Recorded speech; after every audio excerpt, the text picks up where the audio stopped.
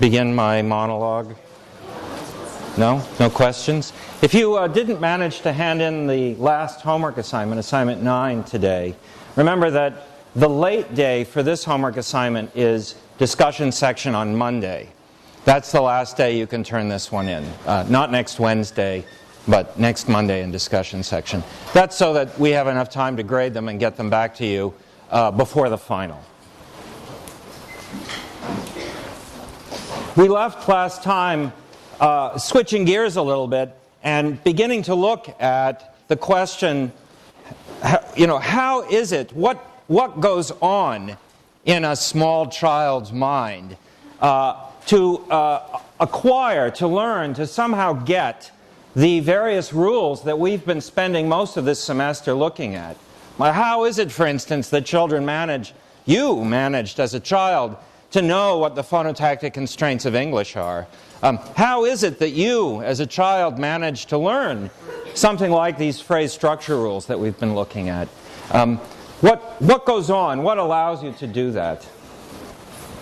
And of course, the first simple observation we made last week was that you don't learn these things by having someone teach them to you. So, obviously, since if that's what was going on, I would be out of business. You would have already been enabled to teach your children, should you be so cursed, these rules, right? No one taught you these rules. In fact, very few people are even aware that they exist. So that presents something of a problem. How is it that you manage to learn rules, if not through explicit, teaching, that are actually rather complicated? And the first sort of aspect of this problem that I asked you to concentrate on was, well, how is it that the rules that we've seen exist for syntax, how is it that those rules get acquired? And we can think of those rules as having, well, at least these two kinds of things. There's phrase structure rules. Somehow you learned what those are for English. And then there's these rules like the cleft rule that screw around with sentences made by the phrase structure rule. And what I tried to do last Friday was put you in the position of a one-year-old. A one-year-old who is sitting, listening to sentences being uttered around them, trying to figure out from what they hear what the phrase structure rules are that they must learn. And I showed you two sort of imaginary languages, two imaginary scenarios. The first, Flattyback, has sentences, well, like these: Dak bul dad and Dak bul blut, and so on. And you'll remember that what I asked you to do was listen to these sentences, watch me act out things that those sentences referred to, and try to deduce, well, what do the words in these sentences mean? And how is it that they're going together to make these larger sentences? And what you saw was me doing things like spreading my left arm or spreading my, I don't know, I was doing this, okay? That kind of thing. And you had no trouble watching me do these things and saying these sentences. You had no trouble figuring out what these words mean. And if we look at, this sort of translation, if you like, of these sentences, I think you can see what the phrase structure rules for Flattyback might look like. You could look at how these words are arranged over here. This meant Dak. This meant left. Or did this mean arm? I can't remember now. And this meant whatever the other one. If you look at these long enough, you'll begin to learn that sentences start with verbs. Or they start with a word that means and. And what follows the verb builds itself up into a noun phrase that has a noun and an adjective sometimes in it. And so, looking at this, you could learn rather quickly that these are what these words mean, and this is what the grammar looks like, the phrase structure rules of Flattyback. Sentences are made up of verbs followed by noun phrases. Noun phrases have nouns in them, and sometimes those nouns are preceded by adjectives. And you can take two of anything and put them together to make a larger one of those if the word toe comes first. Okay. I asked you to do a similar sort of thing looking at a different set of words, a different set of sentences from an imaginary language that I called Flutyback. And there again, you'll remember I acted out various scenarios like Tulu tuk means spread the legs, and Blood tuk shim means this, and so on. And I asked you to figure out what the words in these sentences mean, which one means spread, which one means arm, and so on. And you had trouble with that. Okay. You had trouble with that. This one was harder. And in fact, even if I give you here sort of translations of these sentences from Flutyback and ask you to tell me, well, what's the phrase structure rule for Flutyback? What is the principle that tells you how verbs and nouns and adjectives combine to make these sentences? I think you'll appreciate that it's very, very hard. Tuk means spread. Tulu means legs. Yeah. Blood means left. Shim means arm.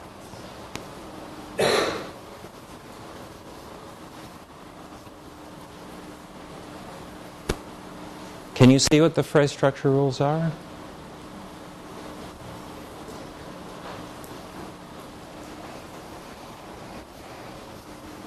They're tough. I showed them to you last Friday. They're weird. Here's what the words mean. Shem means arm. Tok means spread. And here are the rules for sentences.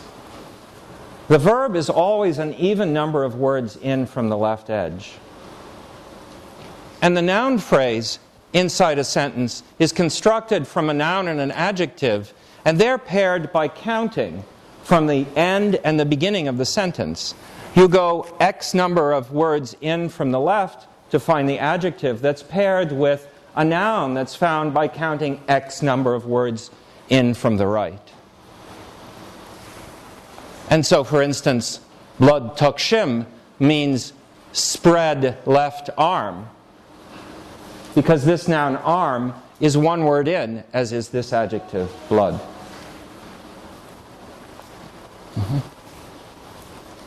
Hard. And I yelled at you last time. I yelled at you and said, if we had done this to real one-year-olds, we would be in jail. They would never be able to learn this language. At least so far as we can tell, this kind of grammar is unlearnable. I showed you these two things because I wanted to make you appreciate how hard it is in principle to learn something like phrase structure rules. If you open your mind up to the possible ways in which languages, in which syntax could be constructed, there are far too many ways possible for you to not know, for you to figure out, given a sample of sentences from some language, what those rules are. If languages could have rules that construct sentences that are both of the sort that Flutyback has, a verb comes next to a noun phrase. A noun phrase can be constructed from an adjective next to a noun, and so on. And rules that are of the sort that Flutyback has. A verb must be an even number of words in from the left, and a noun is constructed from words that are found at the edges, an equal number in. If both of those kinds of rules were rules that you had to troll through to figure out if they were the ones that you were actually supposed to use, you would be sunk. Indeed, it turns out that there are no languages that have phrase structure rules like Flutie-Back, at least none that we've discovered yet. They all look like the rules that I taught you for English. So why is that? Why is Flutie-Back not found and Flottie-Back a kind of language that is found? When I taught you the rules, the phrase structure rules for English, I sort of made them up as we went along as a way of describing things, patterns we saw in the sentences of English. And there were some clues, like for instance, that you can get as many prepositional phrases in a verb phrase as you like, and as many adjectives in a noun phrase as you like, that led me to specific ways of writing those rules, like using recursive rules, for instance, to get those two facts. But in principle, I could have written these rules in very many other ways and still described what we saw. Yeah. So if you think about this in the way that a child learning a grammar might, you could think of it like this. A child is like me, trying to figure out, or you, trying to figure out what the rules are for some language. And a child sitting there thinking, well, okay, so what should I look for? What could these rules look like? Could they be I need to count? Could they be that I need to look at how words start to know where they should be? What should I look for, damn it? It turns out that what they always see is what kind of word can come next to what other kind of word. That's what our phrase structure rules do. They say a noun phrase is made up of an adjective followed by a noun, or a determiner followed by a noun. All those rules simply list what two things can go together. And so far as we know, every phrase structure rule is like that. There's no other way a phrase structure rule can look.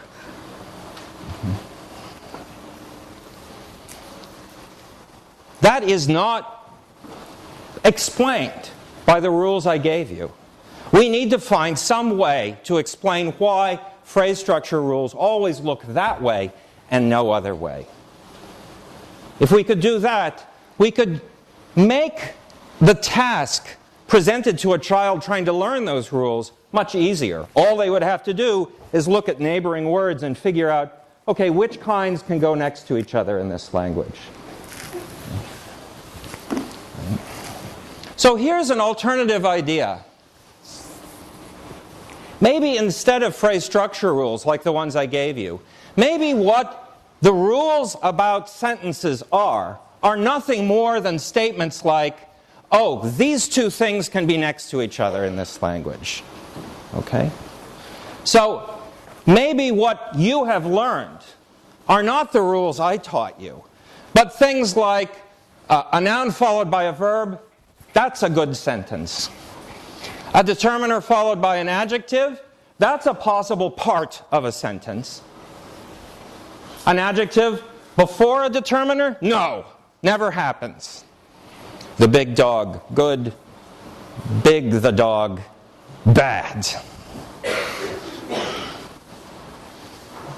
Maybe that's all that's in your head about the syntax of English. So imagine what would be going on now if you were trying to learn the grammar of English. If this is all you ever look for, what kinds of words can stand next to each other? You would be laying on your back bubbling with saliva, and you would hear one of your parents say sentences. And you would listen and pay attention and tabulate what you hear. You would hear things, for instance, like eagles soar, if you happen to be part of a very big camping family. You would hear an eagle soared. You would hear a big eagled soared. Soared. Is that the right way you say that word? Yeah, okay. You would hear sentences like this. Like this. Okay, you're getting worried. You're getting more worried. You're looking for the roof. And you would just, you would pay attention and calculate, tabulate what you hear. And here's some things you would never hear. Okay? Because these put words in the wrong order for English, and so presumably your parents, unless they've already been marred by an eagle, won't be saying crap like this. So you won't hear this. You will hear things like this. And maybe what you do is just not formulate these kind of rules. Oh, phrases can have this stuff in them. But instead, this. Oh, I heard a determiner followed by a noun. That's possible. Oh, I heard a determiner followed by an adjective. A big eagle. That's possible. Oh, I heard an adjective followed by a noun. That's possible. That's possible. That I didn't hear. I never heard something that is a determiner followed by a verb. So that combination is no good. I didn't hear any of those guys either. So maybe they aren't possible. Okay. Do you see the idea?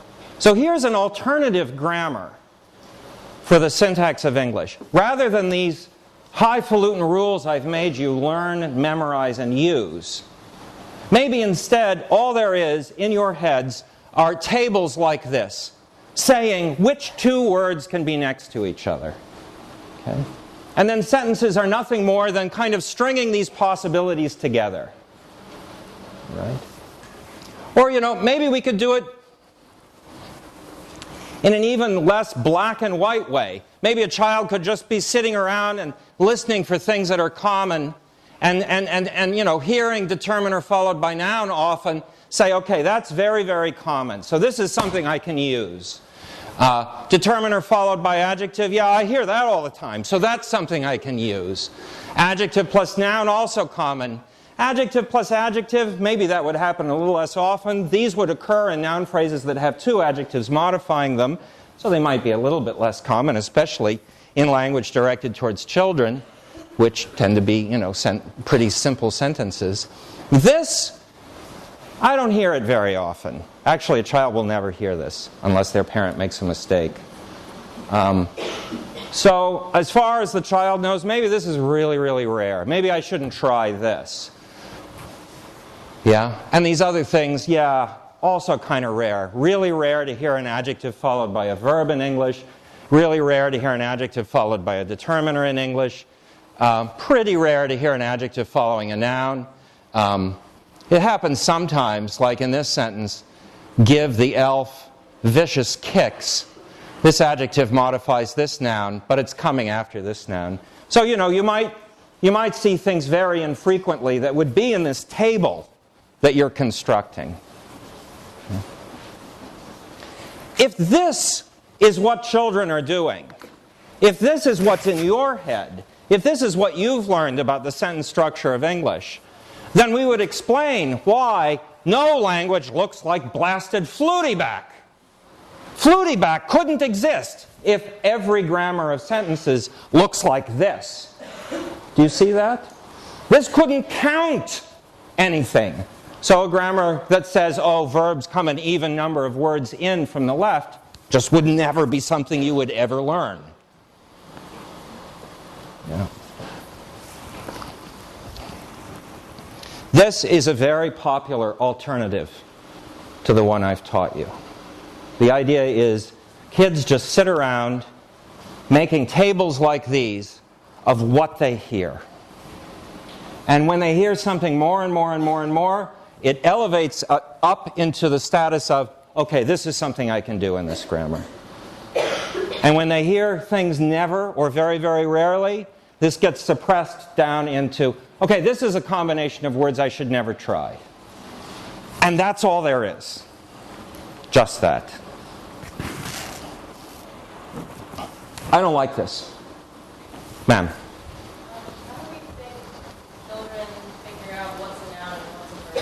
Yeah, so the question is, how do we know that kids are able to go from these sentences I showed you a moment ago, which have actual words in them like eagles and soar, to tables that don't make reference to words but make reference to the categories those words belong to, like nouns and verbs? How do they know? How do these kids know? How did you know? How did you find out that eagles is a noun and soar is a verb? Yeah, good question. I don't know the answer. My suspicion is that it has to do with something that the words mean. So when Mrs. Trigg in 3rd grade taught me 2 years in a row, because she did not graduate me out of 3rd grade, that words that refer to things are nouns, she was right, I think. Damn her eyes. And when she told me that things that refer to actions are verbs, she probably was right again. She was wrong about holding me back. But otherwise she might have been right. So maybe something about what words mean clues kids into what part of speech they belong to. But it's not hard to find words whose meanings are really difficult to categorize. Like discussion. That's a noun. But what does discussion mean? It doesn't refer to a person or a place or a thing, does it?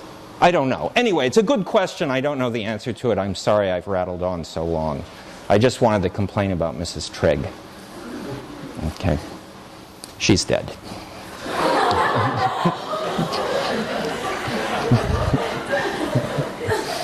The ones who graduated me are still alive. Just an accident. I don't like this very much.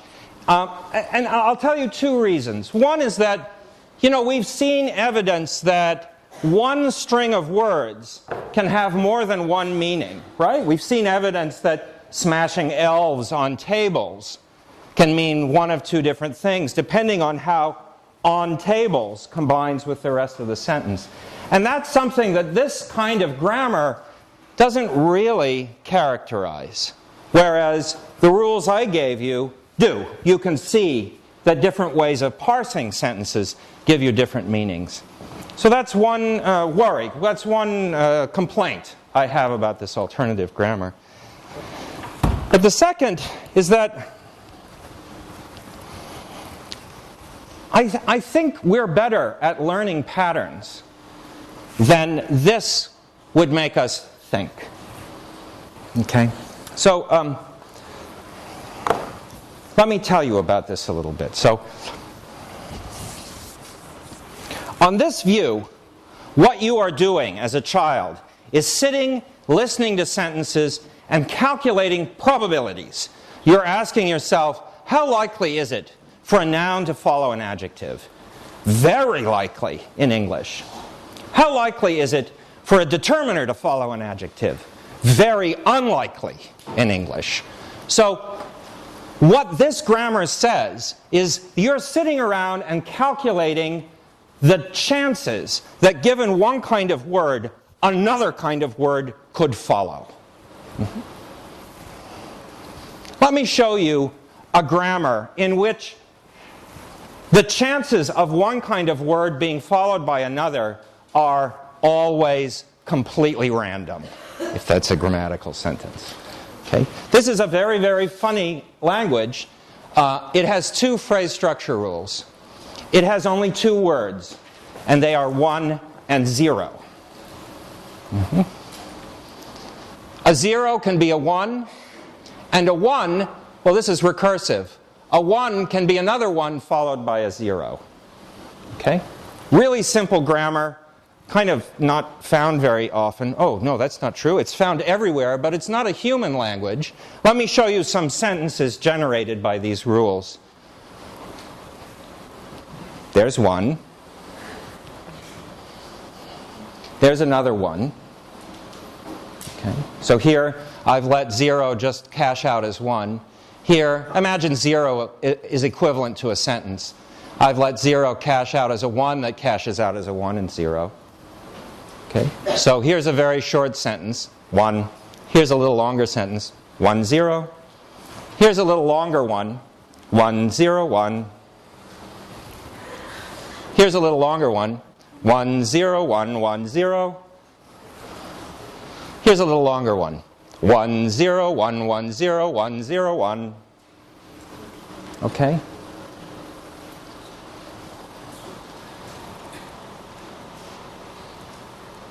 Gosh, everyone's eyes are open. I'm stunned. Yeah? So, oops. So you see, these are the sentences of this language, only 2 words.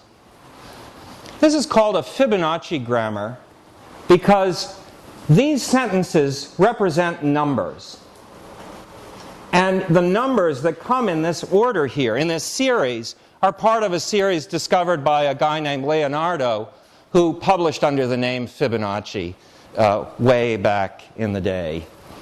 He's the same fellow that brought Arabic numerals into Western Europe, so we have him to thank that we're not still doing X111V to indicate numbers. Yeah? Smart guy. Fibonacci series. And one of the interesting things about these sentences is that if you look at all of the sentences in the grammar generated by these 2 rules, it turns out that for a 0 to follow a 1 is just as likely as a 0 following a 0. And for a 1 to be followed by a 1 is just as likely as a 1 to be followed by a 0. In fact, it's just as likely for any of the 2 words this language has, 1 or 0, to follow the other 2 words that this language has, 1 or 0. Okay? So what would we expect if this were a grammar that a child had to learn? A child would sit there and hear 1, 0, 1, 1, 0, 1, 1, 0, 1, 0, 0, 1, 0, 1, 0, and so on. And they would never find that any 2 words were more likely to be next to each other than any other 2 words. They would never hear these sentences as having a pattern to them. But they do have a pattern to them, and that pattern is given by these 2 rules. The pattern is not it just happens to be that there's no pattern if you look at 2 words right next to each other. Okay. Well, let's find out if you can learn this grammar. So here's what I'm going to do. I'm going to play for you someone saying a very, very long sentence from the Fibonacci grammar. Okay? 1, 0, 1, 0, 1, 1, 0, 1, 0. And then I'm going to play for you the same person just saying 1s and 0s randomly. And I want you to tell me if you can pick out which one of those is the random 1 and 0, and which one of those is the Fibonacci language. Okay? Are you ready for this? I couldn't actually find, I asked Clint, but after last week, he said no. I asked Clint if he would kindly just say 1, 0, 1, 0 for about 15 minutes. And he said no. I'm so sorry about that. At least I didn't use my tongue or anything. Okay.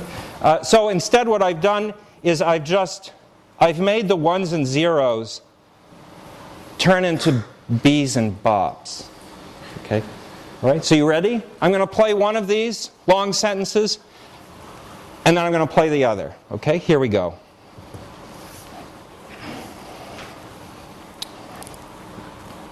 There, can you hear that?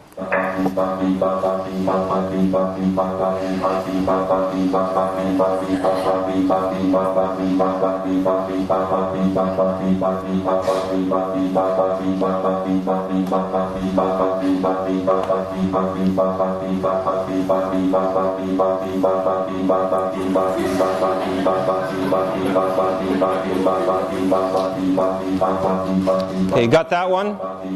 Always drives one of them out. All right, shall we listen to the other one? Are you ready? Okay, here we go.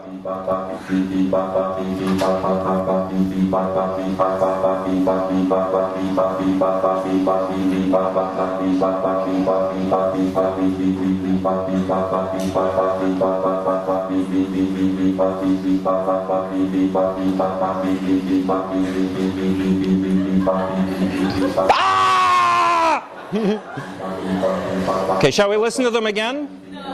Do you know which is which? Okay, so which is which?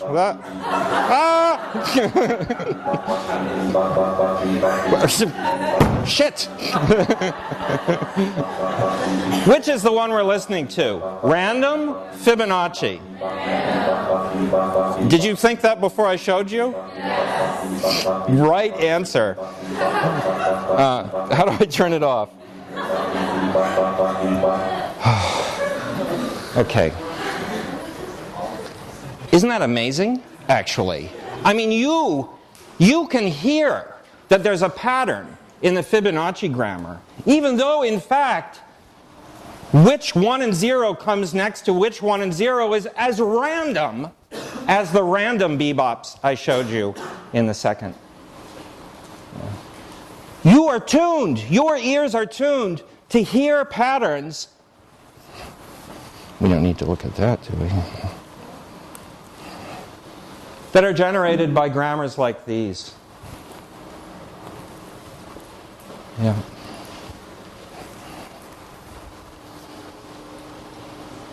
You are able to learn things like this. You! As long as the language just has B's and bops in it. Let me show you one more grammar that's like the Fibonacci, but a little bit different. Yeah? In that Fibonacci grammar, is it possible to have two zeros adjacent to each other? I don't think so, no. Because I didn't see it on any of those. That's true. It isn't in any of those. That's very true. But it is possible. Let's see, where will we see it? I can't tell you. I'm too stressed out standing in front. I think I can figure it out. It's possible. Okay, here's a different grammar. The rules are a little bit different. So 0 can be a 0 and a 1 can be a 1 and a 0. Both of these rules are recursive then. Okay. This grammar carves out a series of numbers called the Feigenbaum sequence. So I'm calling it a Feigenbaum grammar. Here's some examples of sentences from this language. 1 and 0 is a sentence. 1 and 0, 0, 1 is a sentence. 1, 0, 0, 1, 0, 1, 1, 0 is a sentence. And so on. Okay. The sentences of the Feigenbaum grammar are different than the sentences of the Fibonacci grammar. Both of them enforce no regularity in two words being next to each other. So just like the Fibonacci grammar, the Feigenbaum grammar allows 1s and 0s to be followed with equal probability, either a 1 or a 0. Okay. I am told that people can hear the difference between a Fibonacci grammar, a Feigenbaum grammar, and random beeps and bops. I'm not sure I believe it. So let's find out. So I'm going to give you two long sentences as before. One of them will be from the Feigenbaum grammar. One of them will be from the Fibonacci grammar. And I want you to see... What? Yeah, I want you to tell me which. No. And one of them will be... Shit.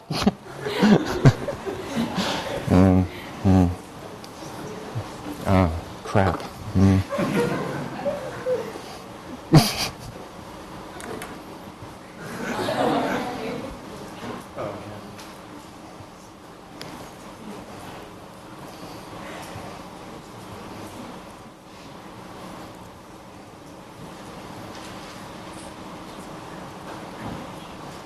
I'm stupid, you know. Sometimes I'm just really so stupid. Really, really stupid. Okay.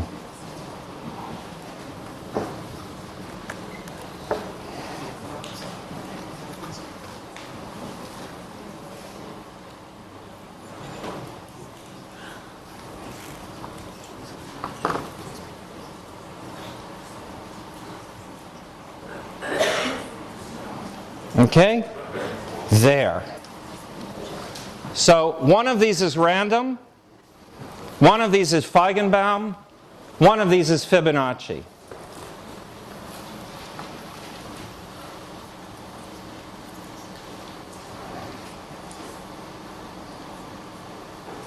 Okay. I'm going to play two of these next to each other. What should I be doing here? Yeah. Turn the volume on, please. Oh, you know what I'm going to do? Yes, thank you. What I'm going to do, yes. Yes, sorry. Okay, let's just rewind. And what's amazing is that people can hear, I'm told, the difference between a Feigenbaum grammar and a Fibonacci grammar. Okay. I'm going to play you two sentences.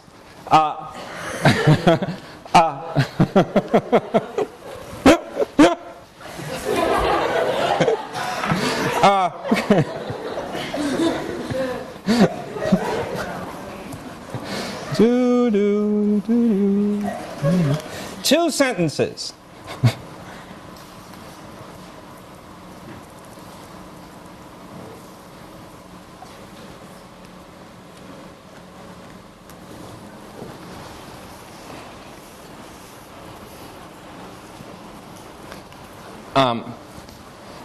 One is from a Feigenbaum. I have no idea what I'm doing now. I'm so confused. One is from a Fibonacci, and one is random. Okay. I want you to tell me. So of these, yeah.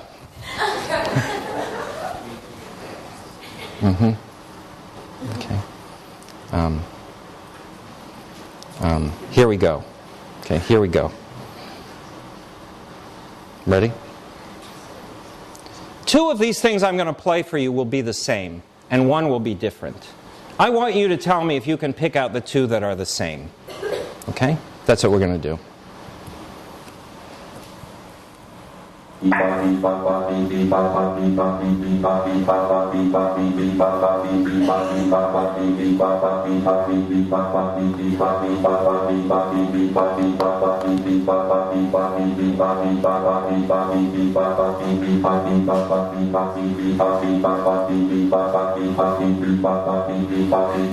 Okay, have you imprinted on this? You ready for the other one? Okay. Here we go. This is the new one.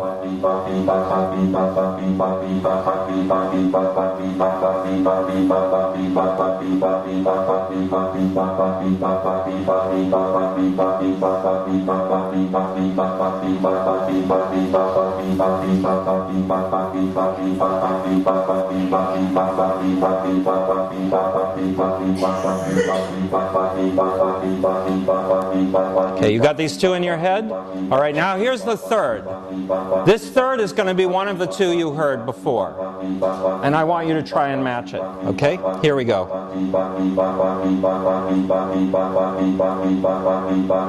Here we go. Shut up! All right. Ready?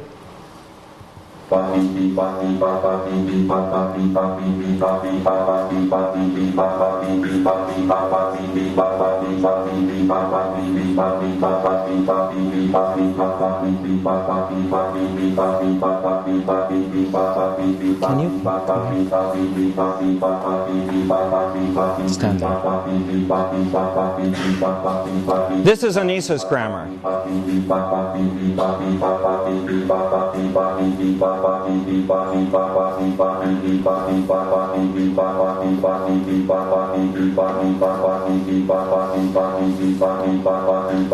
You got this? Here's Meg's grammar.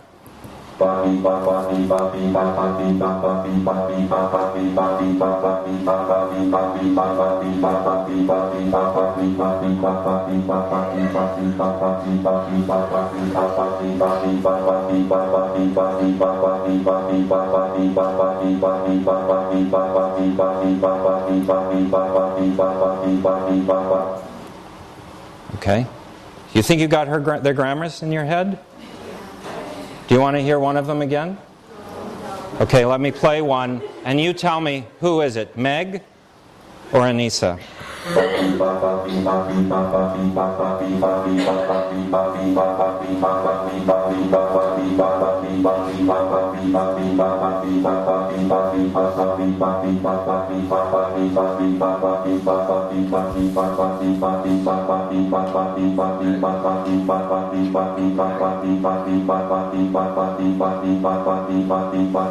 Can you tell? Do you want to hear the two grammars again? No, please, no. So those of you who can tell, which one do you think this belongs to? It's Meg.